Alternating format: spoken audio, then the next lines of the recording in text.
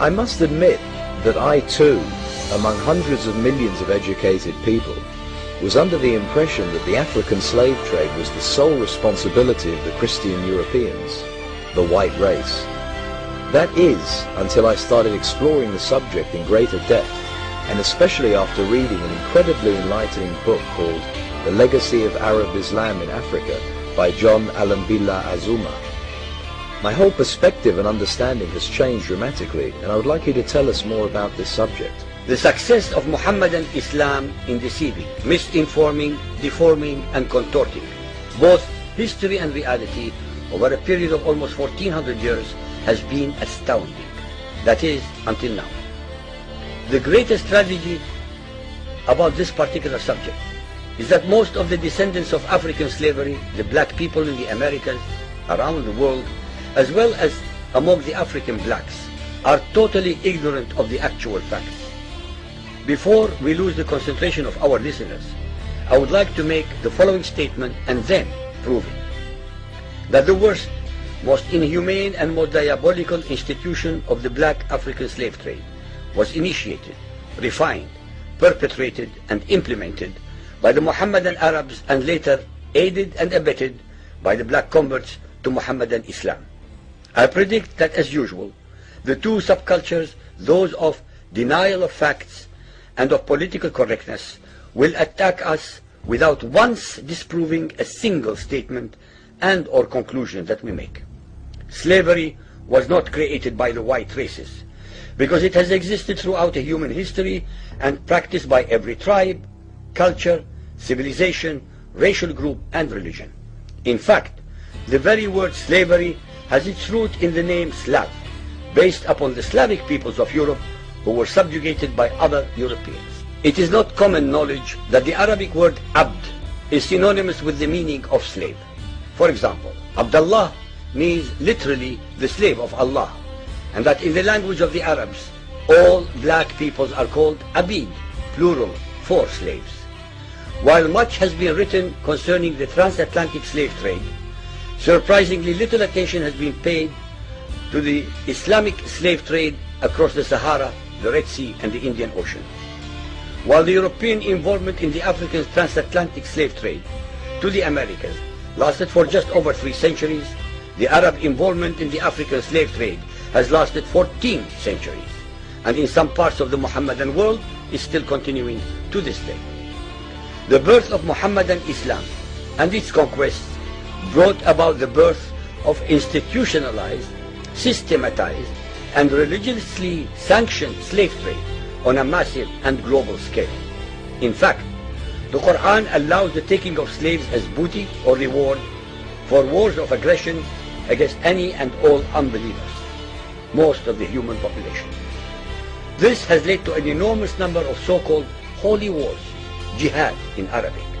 There was and is absolutely nothing holy about these wars, which are primarily to plunder, slaughter, rape, subjugate and rob other human beings of their wealth, produce, freedom and dignity.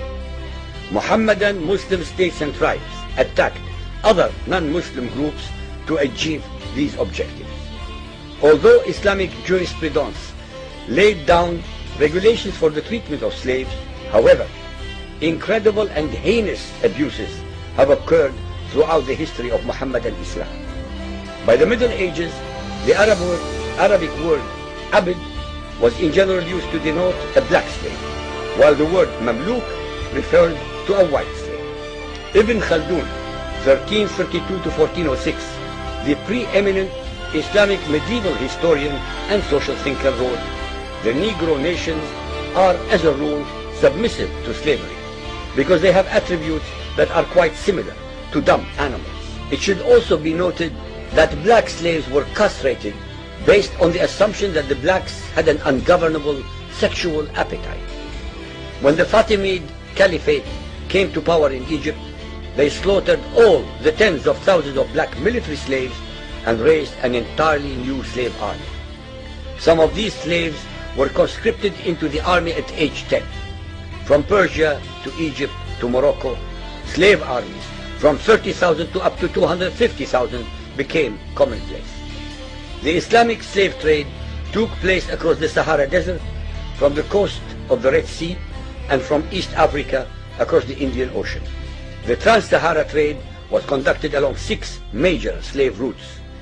Just in the 19th century, for which we have more accurate records, 1.2 million slaves were brought across the Sahara into the Middle East, as well as a further 450,000 down the Red Sea and 442,000 from the East African coastal ports.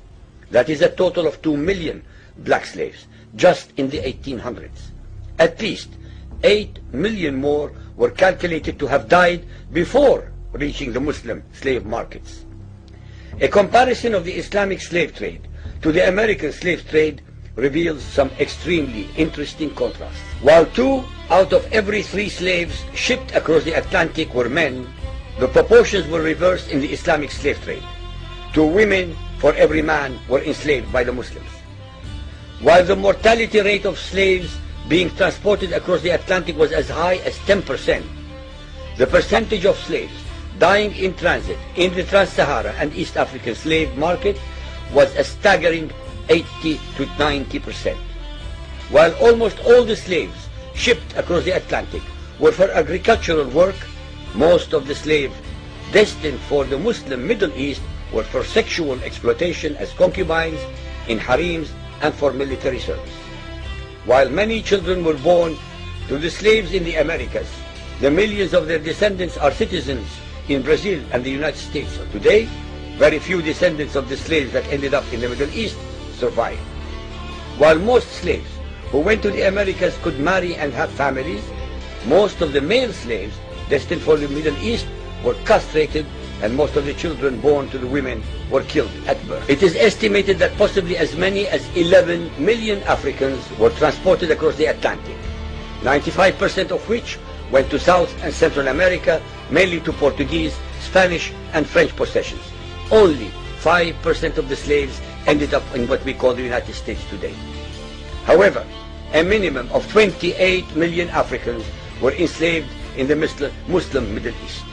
Since at least 80% of those captured by Muslim slave traders were calculated to have died before reaching the slave markets, it is believed that the death toll from 1400 years of Arab and Muslim slave raids into Africa could have been as high as 112 millions. When added to the number of those sold in the slave markets, the total number of African victims of the Trans-Saharan and East African slave trade could be significantly higher than 140 million people. What is obscene about this whole subject is the Muhammadan, Muslim, and Arab culture of denial regarding their complicity in the African slave trade, as well as the ignorance of black Muslims about the reality of their past and present condition. The statistics and reports above are based upon the logbooks kept at the African slave ports, shiploads, travelers' reports, eyewitness accounts, etc. Ladies and gentlemen, the facts and reality of Muhammadan Islam's complicity in the slave trade and their inhuman depravity are infinitely more devastating, more staggering, and more incomprehensible than all the nightmare fictions in the world.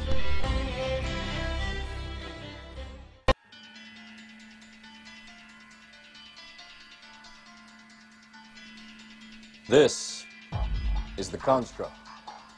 It's our loading program. We can load anything from clothing to equipment, weapons, training simulations, anything you need. Right now, we're inside a computer program. Is it really so hard to believe? Your clothes are different, the plugs in your arms and head are gone. Your hair has changed. Your appearance now is what we call residual self-image. It is the mental projection of your digital self. Listen. What is real? How do you define real? If you're talking about what you can feel, what you can smell, what you can taste and see, then real is simply electrical signals interpreted by your brain. This is the world that we know.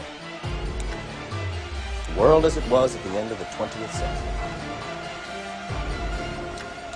exists now only as part of a neural interactive simulation.